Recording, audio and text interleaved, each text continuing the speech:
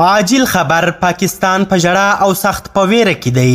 په افغان خاوره کې 15,000 پاکستانی طالبان شتون لري او له دې خاورې پر پاکستان مرګونې او خونړي بریدونه کوي.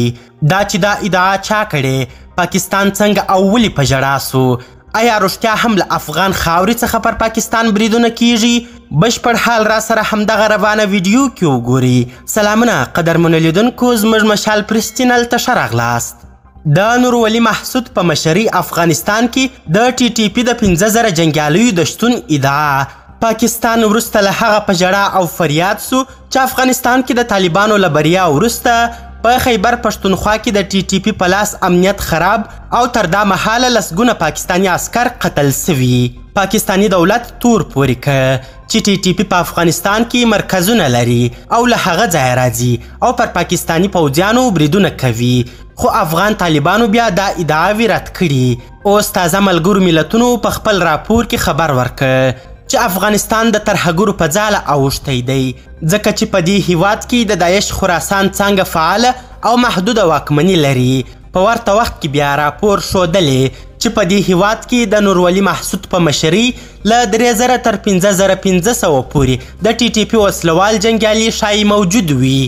راپور کاږي چې د افغان طالبانو په منځګړیتوب اوس هم ټي ټي پي خپل بریدونه پر پاکستانیو اهدافو لږ کړي، ځکه ډیری یې اوس د امن لټه کې دي.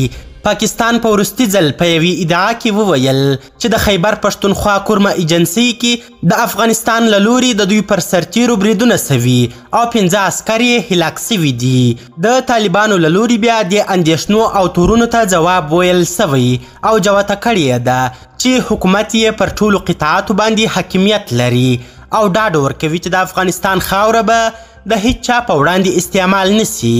طالبانو تر دې وړاندې هم ویلي وو چې افغانستان نور امن دی او هیوادونه دې له دې لوري زړونه بېغمه کړي. خو د اوس لپاره یوازې پاکستان دی چې په طالبانو باور نه لري او ویره لري چې ټي ټي پي به نوم او نشان له خاورو سره خاورې کړي. قدرمنو لیدونکو، ډیره زیاته مننه چې ویډیو مو تر اخري شیبو وکتل. زموږ همدغه مشال پریس یوټیوب چینل سبسکرایب او ویډیو در سره شیر کړئ. تر بیا او بلې ویډیو ښه وخت ښې چارې د الله په امان.